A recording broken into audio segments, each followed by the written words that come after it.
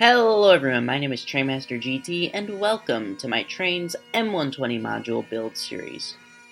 So today, I decided I wanted to build something a little bit different from what I've been doing. So, every time I've built a module so far, I've been using North American equipment. Basically without fail. It's either been Canadian or American. Now granted, I've had a range of stock and era to the point where, there's a lot of diversity in the type of rolling stock I'm using, but that doesn't change the fact that it's all North American. And most of which actually is from the last 70 or so years, so it's all fairly recent American stuff. So I decided that I wanted to do something from another part of the world. And so I decided the United Kingdom was a fairly obvious choice because UK's got a lot of rich railroading history and all sorts of cool things to work with. I also decided that I wanted to do something from an era that I hadn't yet modeled in trains. So I picked the 1890s, and I picked Scotland. So, for those of you who don't know, before the 1920s, the United Kingdom's rail system was comprised of hundreds and hundreds of little railroads. Now, by the 1890s, they were kind of starting to conglomerate a little bit and kind of become not one, but a few major railroads, but you still had a lot. So I thought it'd be kind of cool to model some Scottish railways because the Caledonian and the Highland, in addition to having some pretty good stock in trains already, which is always important when you're building a route, are just really, really cool to look at. They've got some beautiful color schemes. I love Caledonian blue, Highland green. It's all awesome. In addition, there is a new at the time of when I recorded this, there was a new series of assets that just been released called the Sbs Factory Kit. And they looked like some really, really nice stone buildings and stoneworks, and I just love the way they look.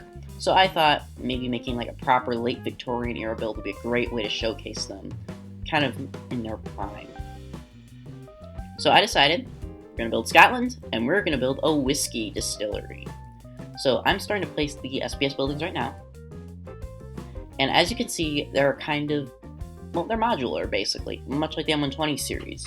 So you can kind of take each building and kind of maneuver them together to make one really, really big building.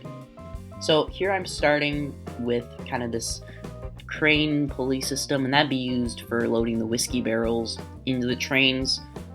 I also just think it's kind of nice to have something going over your trains in kind of industrial yard looking areas. And it's nice that this is made of wood too, because it looks like it's kind of old in style. And so now I'm just kind of starting to put together some of the individual buildings from the SBS kit to kind of build the distillery. Now, I'll be honest, I don't know all that much about the distilling process as far as whiskey is concerned, so I'm not going to be able to provide literally any insight into that, but I just thought I wanted to make a cool looking old school factory, so I did. And I'm quite happy with the results. This is actually a really, really cool build in my opinion. It's one of the coolest industrial builds that I've ever managed to accomplish.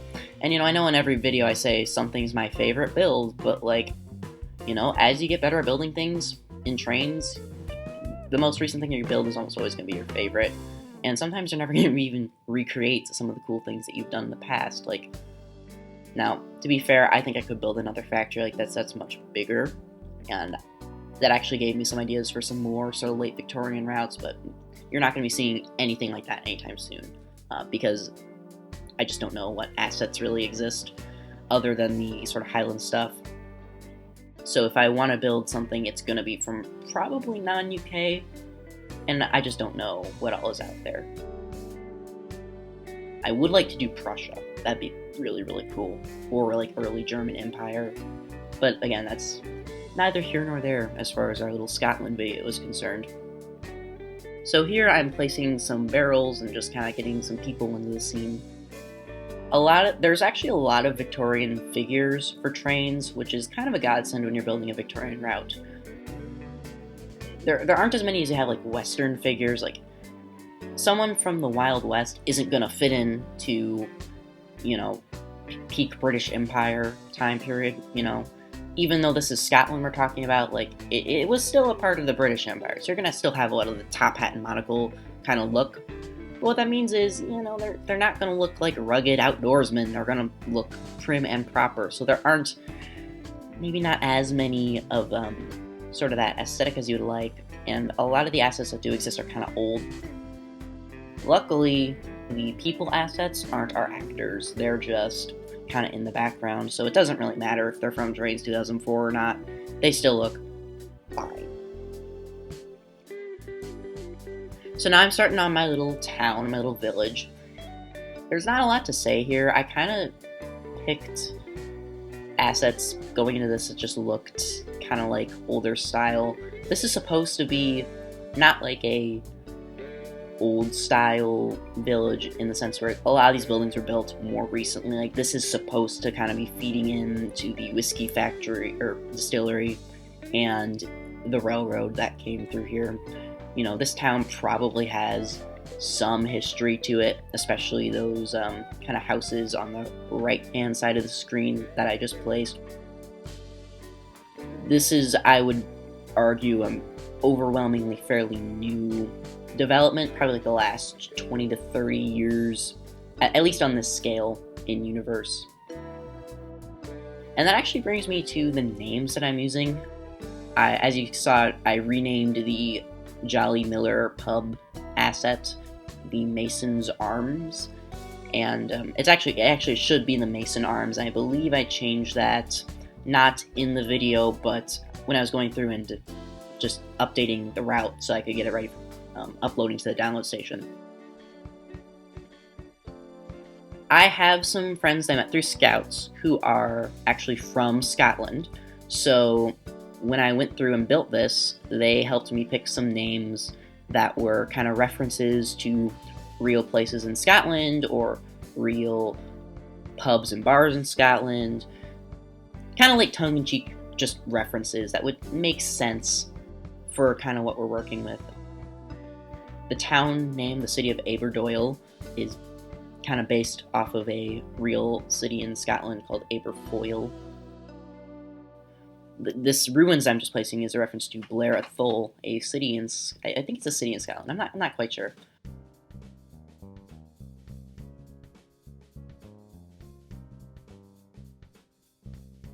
I recorded this a while ago, so I kind of didn't reread up on my Scottish stuff before doing the voiceover, but I did kind of watch the video again before I started doing this voiceover here. And I wanted to do castle ruins in this route, like, exceedingly badly, because one of the cool things about Europe, of course, but the UK in particular, is there's a lot of ruins and stuff from the medieval era, and even a little bit from before that. So I thought it'd be kind of interesting to kind of go through and put a ruin in the, I believe that is the east end of the module, and just kind of have it on a hill, kind of looking over everything. I believe they're STRMM, kind of like willow trees. I don't know if those are native to Scotland or not, but they're this really pretty green color, and you'll see them when I place them later, but they look really pretty around the ruins. I want to use those. I was never able to find like a great place to use those trees up until literally this project, so I'm really happy that I found a place to use them. They look cool. And here I am placing a water column, I believe it's the technical term. Yeah, whatever, water crane, I guess. For my little engine service area, since we're going to be using rolling stock for this route that's very, very era specific, I want to make sure they had a place to kind of store a random Caledonian or Highland engine.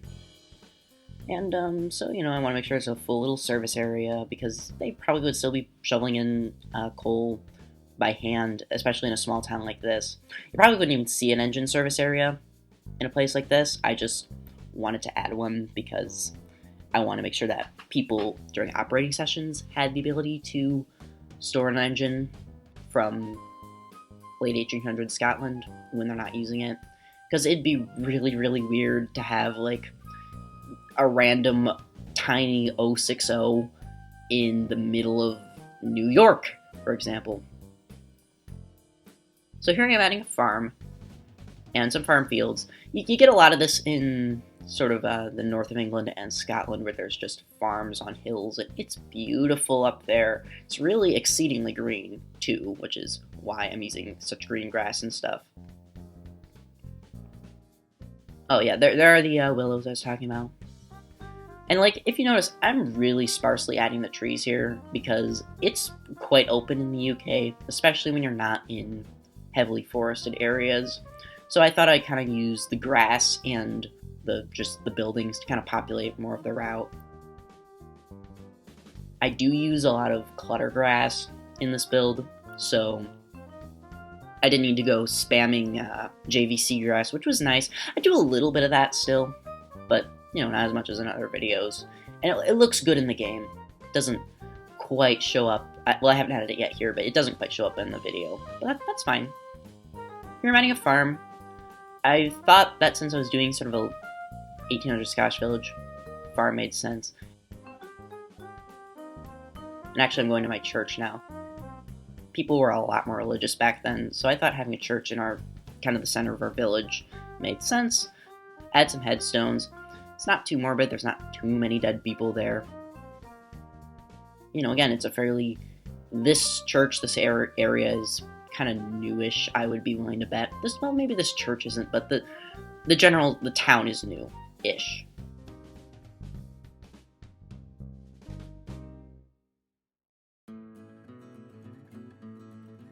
And here I am adding that clutter grass, and again, it looks great in-game, especially when you're in the cab of an engine or when you're close to tracks. It doesn't show up quite as well in the video, which is, unfortunate, but I still think it looks good. I'm happy with the results. Adding some ballast. I'm finishing my textures here for most of the route, so I thought now it'd be as good as having any to just add the gravel. I'm adding some dirt around the turntable. You see that a lot in real life where there's like dirt around the turntable, and that's just a bit... I don't really know why. Probably because the turntables are a pit in the dirt, I guess, with a thing for turning the trains in them, but it looks good. I'm happy with it. Here I am fixing everything. I hate how the textures kind of get all like square. They just don't blend together that well, and that disappoints me immensely. One of the techniques I used in this video, which I don't in any of my other videos really, is I'm using ground textures to create kind of pathways. During this period in time, most roads would have been made of dirt, and they probably wouldn't have had like tire tracks in them because it's kind of pre-cars, especially if you're running in specifically late Victorian Era, you're not going to have cars. So it would just be like dirt paths from people walking on them. So I tried to make it look like dirt roads and kind of darker and then outsides, lighter in the middle. So that they look traversed. I don't remember what these grasses are called, these tall grasses, but they're kind of supposed to look like oats or wheat of some sort. Wild rice or something. I'm not quite sure, but like I just like the way they looked, and I wanted to use them as kind of filler instead of JVC grass. I'm quite happy with the results. I just use a little bit of JVC grass as you see here and there, but like I'm not... Like, I'm just hand placing it. I'm not placing a little section, copying it, and then spamming it like I do in so many of my other builds. I just wanted to experiment with the new 2019 stuff. And I'm quite happy with the results, honestly. Again, I know I say that a lot, but this is a cool module in my opinion. Everything turns out really well. Here we go, I'm back adding stuff to the farm. Adding a chicken coop, adding some animals. I think the animals actually make sound in-game, which I really like. It adds a cool little effect. Some fences. It's kind of interesting because a lot of the farm stuff from more recent eras you can get away with using in like 1890s or 1950s or any of the older time periods. So that's kind of cool because like I can still use my nice JR assets in, an inappropriate era without the stuff looking inappropriate. It also means I get to use just regular farm people instead of like special Victorian assets. It's a little bit unfortunate because they're not in the main part of the route, but yeah, who cares? It's good. Now I'm actually adding more people. A lot of my actors. Again, like I said, well, I guess these aren't actors, but our extras. That's the term I was looking for, extras. Lots of them. This just turned out so well. I love it all. I love it all. not much to say, adding some police people, prim and proper. Pinnacle of class and glory. Guy on the bench at the church. Adding some carts as well, horse-drawn carts. See a lot of that during this time period. People holding boxes and barrels, and oh, it's just so nice. Quite happy with it. So here I'm entering my final detailing pass, just adding a couple more people. Again, you know, there's a lot of people in this build, because I want to make sure the town felt lived in. Farmers in the farm field, all that good stuff. There are some hunters. These guys are cool. These are some of the more rugged assets. I think they might be actually for the Old West sort of stuff, but it doesn't really matter. They're going on a hunting trip, so I don't put too much stock into that. And I love these guys. These are my soldiers, my little brigade here.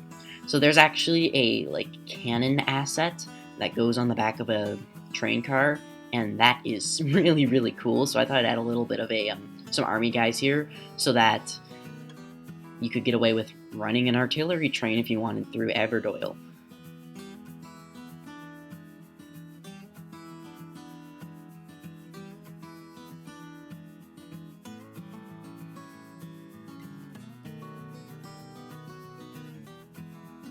Those horses look terrible. They're from Trainz 2004, I'm pretty sure, but they're in the background, so they aren't too important.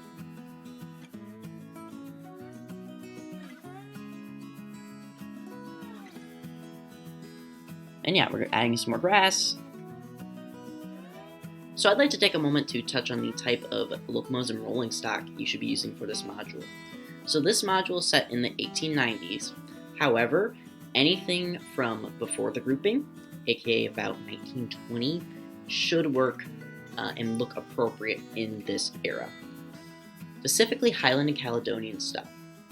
EDH6 has some great Highland engines on the download station. He also has some great Caledonian engines on the download station. I am using almost exclusively EDH6 rolling stock in this video's cinematics, so download those.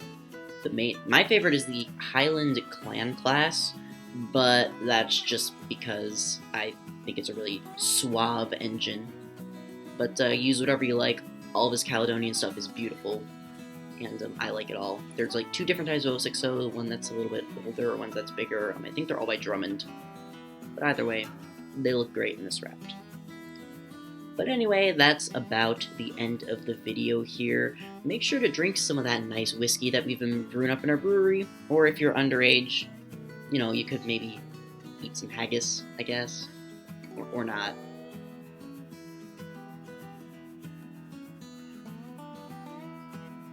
Yeah, on second thought, please don't eat the haggis. Alright, I'll see you after the cinematics.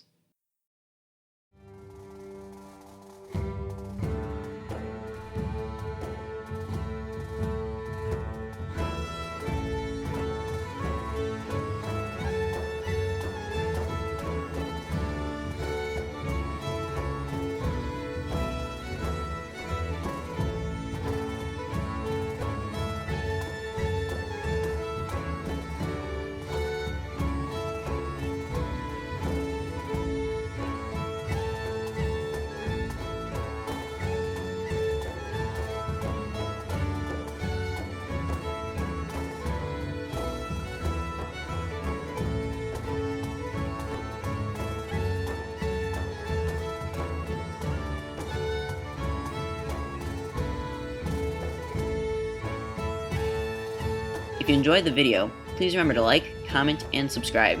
You can also follow me on Instagram at TrainMasterGT. This route is on the download station, so you can play for yourself. Thanks for watching, and Slàinte.